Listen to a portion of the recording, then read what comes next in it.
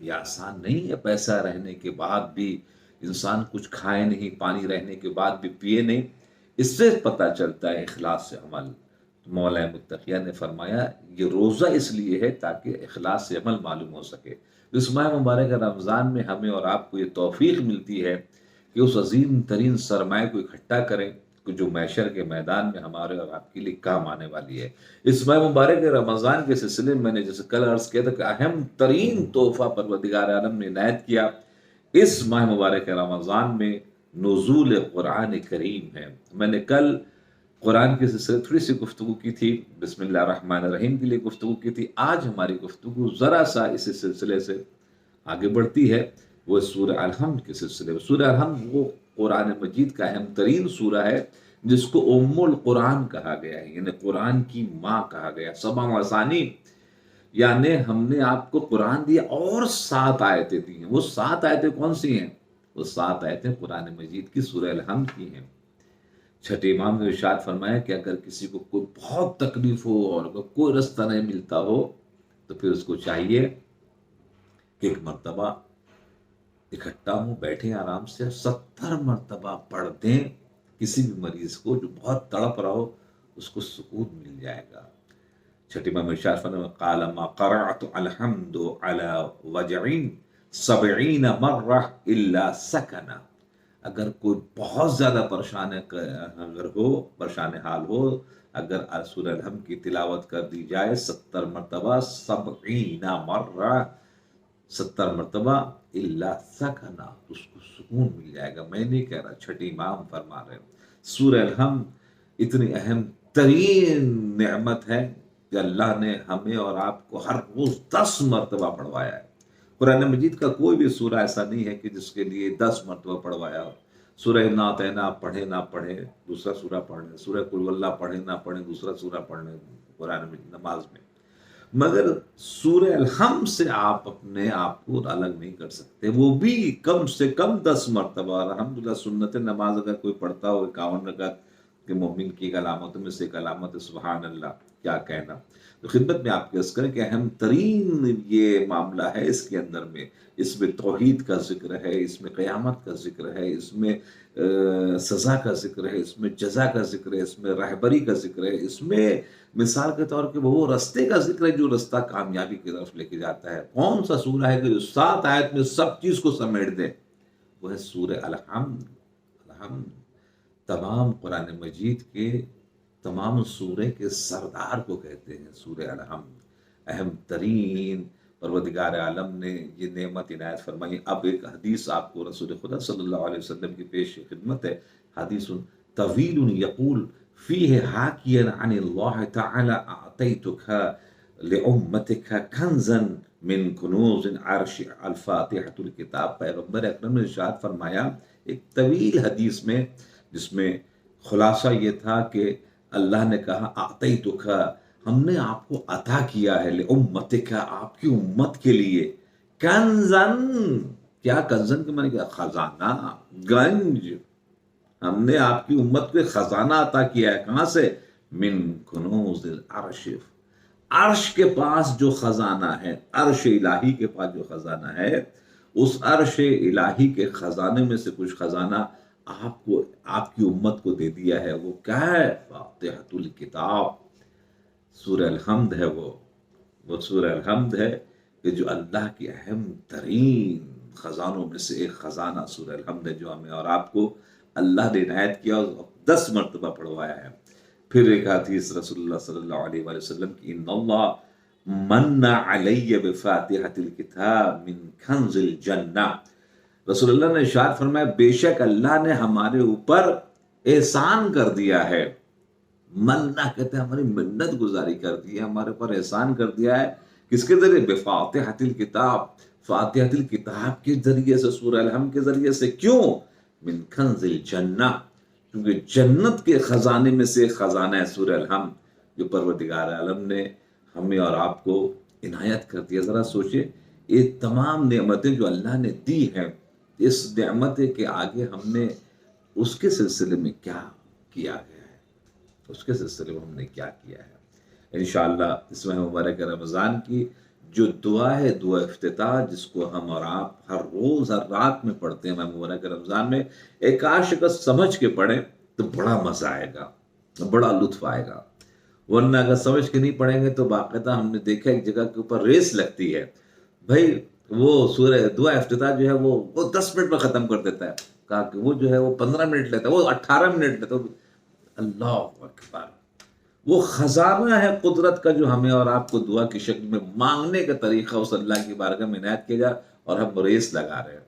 اے کاش اگر ہم اس کو سمجھ کے پڑھیں تو پھر آپ کو پتہ چلے گا۔ ابھی آپ سمجھ لیجیے کہ مثال کے طور پر آپ ایک کوئی کتاب لکھیں، بہترین کتاب لکھیں، انگلش میں ہو، ہندی میں ہو، اردو میں ہو، کسی بھی لینگویج میں ہو، اور ایک مرتبہ سامنے والے کو دیں بھائی اس کو پڑھو، تو اب اس نے دوڑانا شروع کر دیا اس کتاب کو پڑھنے کے لیے، اور تب اسپیڈ میں بسم اللہ الرحمن الرحیم الحمد للہ رب العالمین۔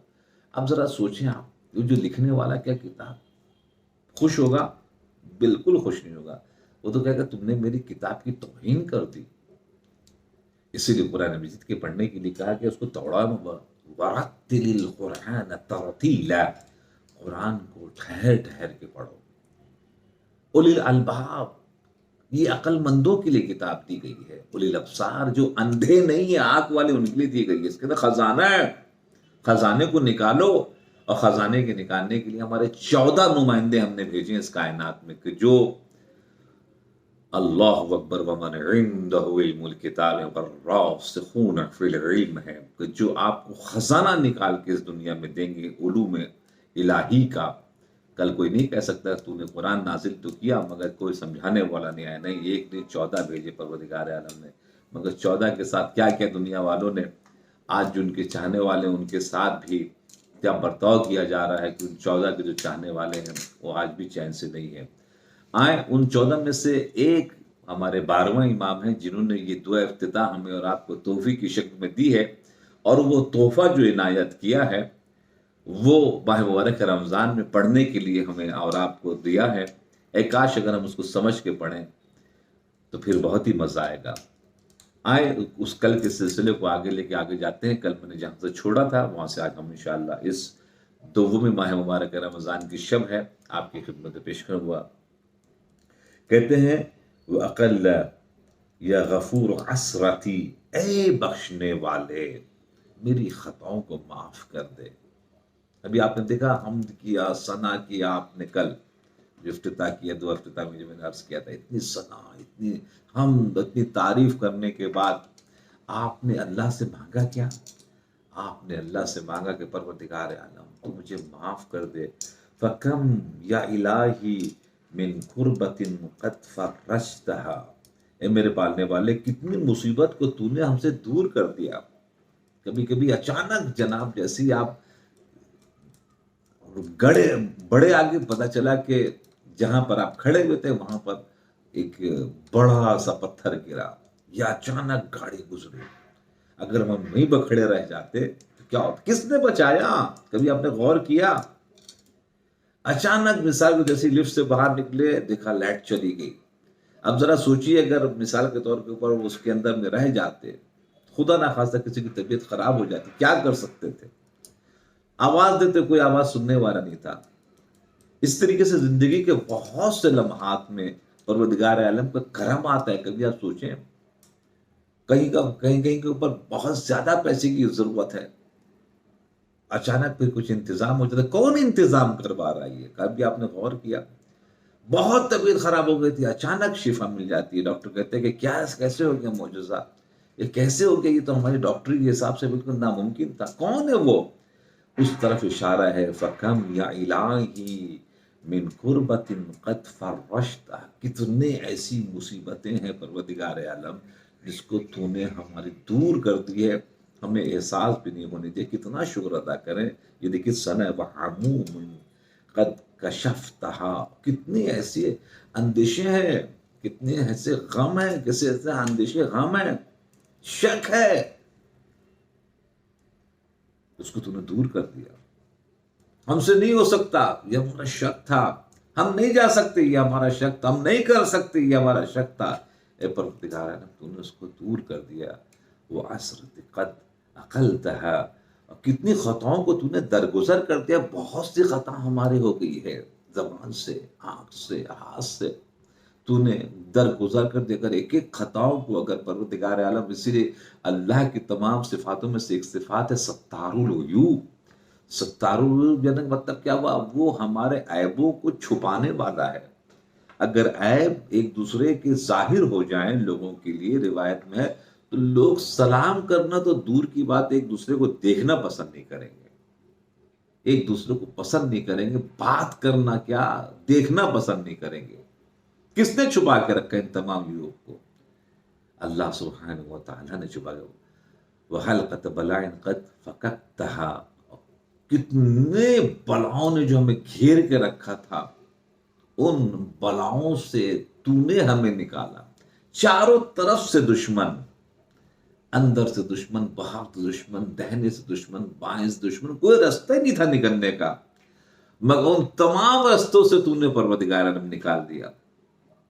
اور ہوتا ہے زندگی میں، ہمارے ساتھ بھی ہوا ہے، آپ کے ساتھ بھی ہوا ہے، سب کے ساتھ ہوا ہے. اس کو یاد دہانی کروا رہے ہیں ہمیں زمانہ اس دعا افتتاح کے اندر میں. تمہارے ساتھ ہوا ہے نا، تو کیا حق نہیں بنتا ہے کہ اس کو یاد کرو؟ کیا حق نہیں بنتا ہے کہ اس کے سامنے سر جھکاؤ؟ کیا حق نہیں بنتا ہے کہ اس سے باتیں کرو؟ اور اس کے سلسلے میں جس نے اتنے بڑے بڑے تمہارے لیے احسانات کیے ہیں، تم اس کے سامنے ایک مرتبہ اپنے آپ کو سرنڈر کرو. الحمد للہ الذی لم یتخذ صاحبۃ ولا ولدا. حمد اس اللہ کی مثال کے طور کے اوپر. ابھی آپ سمجھ لیجیے کہ ایک ظلم، ایک ایسا ظلم کہ جس سے کوئی مثال کے طور کے اوپر کہے کہ بھائی ایک شخص کی شادی نہیں ہوئی، کہا وہ آپ کا بچہ ہے. سننے والا کتنا غصہ ہو جائے گا، بھائی میری شادی نہیں ہوئی ہے، میری بیوی نہیں ہے، اور آپ بتائیں میرا بچہ ہے. کسی بچے کو دیکھو لے کہ یہ آپ کا بچہ ہے، آپ اس کے باپ ہیں. ذرا سوچئے ہمارے انسانوں میں اگر کوئی اس انداز سے کسی کو بول دے تو کیسا لگے گا؟ کسی تکلیف ہوگی کہ بھائی نہ میری بیوی ہے نہ میرے بچے ہیں، تم نے کیسے کر دیا کہ یہ میرا بچہ، یہ میری بیوی ہے؟ دوستو عزیزو، یہ ظلم اللہ کے لیے کرتے ہیں انسان. کچھ لوگوں نے کہا کہ یہ جو ہے فلاں جو ہے وہ اللہ کے بیٹے ہیں، فلاں جو ہے وہ اللہ کی بیوی ہیں. اب ذرا سوچیے، اللہ نے اتنی نعمتیں دے کے رکھی ہیں، سانس کی نعمت، ہوا کی نعمت، زمین کی نعمت، پھلوں کی نعمت، اور ان تمام نعمتوں کو دینے کے بعد، ان تمام نعمتوں کو دینے کے بعد یہ انسان اللہ کے، تیری وہ بیوی ہے، تیرے وہ بچے تھا، ہم انسان غصہ ہو جاتے ہیں. اس طرف اشارہ کر رہے امام زمانہ. حمد اس اللہ کی ہے، نہ اس کی کوئی بیوی ہے، نہ اس کا کوئی ہمسر ہے، ولا ولدا، نہ کوئی اس کی اولاد ہے. جیسے کہ سورہ اخلاص میں لم یلد ولم یولد ولم یکن لہ کفوا احد. نہ اس نے کسی کو پیدا کیا ہے، یعنی نہ وہ کسی کا باپ ہے، نہ اس کے کوئی اولاد ہے. پروردگار نے سورہ اخلاص میں اس بات کا اعلان کیا. کیوں اعلان کیا؟ اعلان اس لیے کیا کہ چونکہ لوگ الزام لگا رہے تھے وَلَمْ يَكُنْ لَهُ شَرِيكٌ فِي الْمُلْكِ، اور اس کی حکومت میں کوئی شریک نہیں ہے کہ جو اس کے سلسلے میں کوئی یہ کہے کہ اس کے سبب سے یہ ہوتا، اس کے سبب وہ پورے کائنات کا وَلَمْ يَكُنْ لَهُ وَلِيٌّ مِّنَ الظُّلْمِ، اور وہ نہ عاجز ہے اور نہ کوئی اس کا سرپرست ہے. اللہ مجبور نہیں ہے، ہم مجبور ہیں. جیسے کہ مولانا کہنا سے کسی نے پوچھا ہم کتنے مجبور ہیں، کسی مختار ہے؟ مولانا نے کہا ایک پیر اٹھاؤ. مولانا نے پیر اٹھایا، کہ دوسرا اٹھاؤ، کہ دوسرا نہیں اٹھا سکتے مولا، اگر دوسرا اٹھائیں گے تو گر جائیں گے. کہ جتنا تم نے پیر اٹھایا اتنے تم مختار ہو، اور نہیں پیر اٹھانے والا اتنے تم مشغول ہو. اپنے آپ کو یہ مت سمجھنا کہ سب کچھ اللہ نے کیا، تمہاری بھی کچھ ذمہ داری ہے، تمہاری بھی کچھ ذمہ داری ہے. بات کہتے ہیں جو کچھ کرے گا اللہ کرے گا، تو اللہ کرے گا تو پھر اس کا مطلب یہ آپ کی تو کوئی ذمہ داری ہے ہی نہیں. مولا کائنات کے زمانے میں کچھ لوگ جو ہے مسجد میں جا کر بیٹھ گئے. جب بیٹھ گئے تو ایک مرتبہ مولا کائنات دن میں تو گزرے، 10-11 بجے کا ٹائم تھا. عمر یہ سب مسجد میں کون لوگ بیٹھے ہوئے؟ کہا کہ یہ کچھ نوجوان ہیں بیٹھ گئے یہ کہتے ہوئے کہ اللہ رازق ہے، وہ ہمارے رزق کو پہنچا دے گا، لہٰذا ہم کو صرف عبادت کرنی ہے، ہمیں صرف عبادت کرنی ہے. تو ایک مرتبہ والا کہنا کہ ان کو مار کے باہر نکالو گا. کیوں؟ کہا کہ اگر ہماری قوم میں، ہماری ملت میں یہ چیز اگر آ گئی تو پھر ان کی بیوی، ان کے بچے کو کون دیکھے گا؟ تو پھر تو سب تباہ برباد ہو جائے گا خانوادہ۔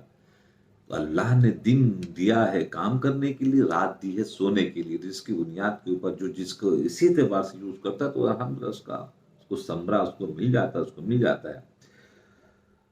وَكَبِّرْهُ تَكْبِيرًا، اس کو بہت تکبیر سے اللہ اکبر کے ذریعے سے یاد کر، الحمدللہ بجمیع محامدہ کلھا، حمد اس اللہ کی ہے، تمام حمد اللہ کی ہے کہ جو اس کائنات میں ہر اعتبار سے اپنے بندوں کو نعمت دے کے رکھا ہے، اس نے گھیر کے رکھا ہے۔ دوستو عزیزو، انشاءاللہ اس ماہ مبارک رمضان میں آپ دعا ضرور پڑھیں، مگر سمجھ کے پڑھیں تو بہت مزہ آئے گا۔ ٹھہر ٹھہر کے پڑھیں، ماہ مبارک رمضان ہے، کوئی جلدی بھاگنے کی اتنی جلدی نہیں ہے، پھر لہٰذا جب آپ ٹھہر ٹھہر کے پڑھیں گے تو پھر آپ کو ایک الگ ہی مزہ آئے گا۔ اس مزے کے لیے تھوڑا سا صبر کرنا پڑے گا انشاءاللہ تعالی۔ جہاں بھی رہیں خوش رہیں، آباد رہیں، شاد رہیں۔ میں نے دیکھا ہے کہ جیسے ہم اور آپ نماز پڑھتے ہیں، یہ 3 رکعت نماز 5 منٹ میں ختم، عشاء کی نماز 5 منٹ میں ختم، 5 منٹ میں ہم نے زیادہ بول دیا۔ میں نے دیکھا کہ جناب یہ نماز آگے بہجت کے پیچھے پڑھنے کے لیے لوگ گھنٹوں گھنٹوں سے لوگ مسجد کے باہر صف لگاتے ہیں، میں نے خود صف لگائی ہے، لائن لگائی ہے، اور مرتبہ پھر نہ نماز عید ہے وہ نماز بقرعید ہے، بلکہ وہ عام نماز ہے، مغرب و عشاء کی نماز ہے۔ آپ نے کبھی سنا دنیا میں کہ کسی کی نماز کسی کے پیچھے پڑھنے کے لیے لائن لگانی پڑے گھنٹے بھر کی، کہ مسجد میں جگہ نہیں ملتی ہے، مسجد فاطمہ گزر خان میں، حرم معصومہ کے پاس؟ مگر ہاں جب ایک مرتبہ نماز ہوئی عالم دورہ کے پیچھے، تو ایک نماز میں ایک عجب فش تھا۔ جیسے انہوں نے کہا بسم اللہ الرحمن الرحیم، احساس ہوا کہ ہم لوگ عرش کے الہی کے نیچے کھڑے ہیں، محشر کے سامنے میدان میں کھڑے ہیں، اور اپنا حساب کتاب چالو ہے۔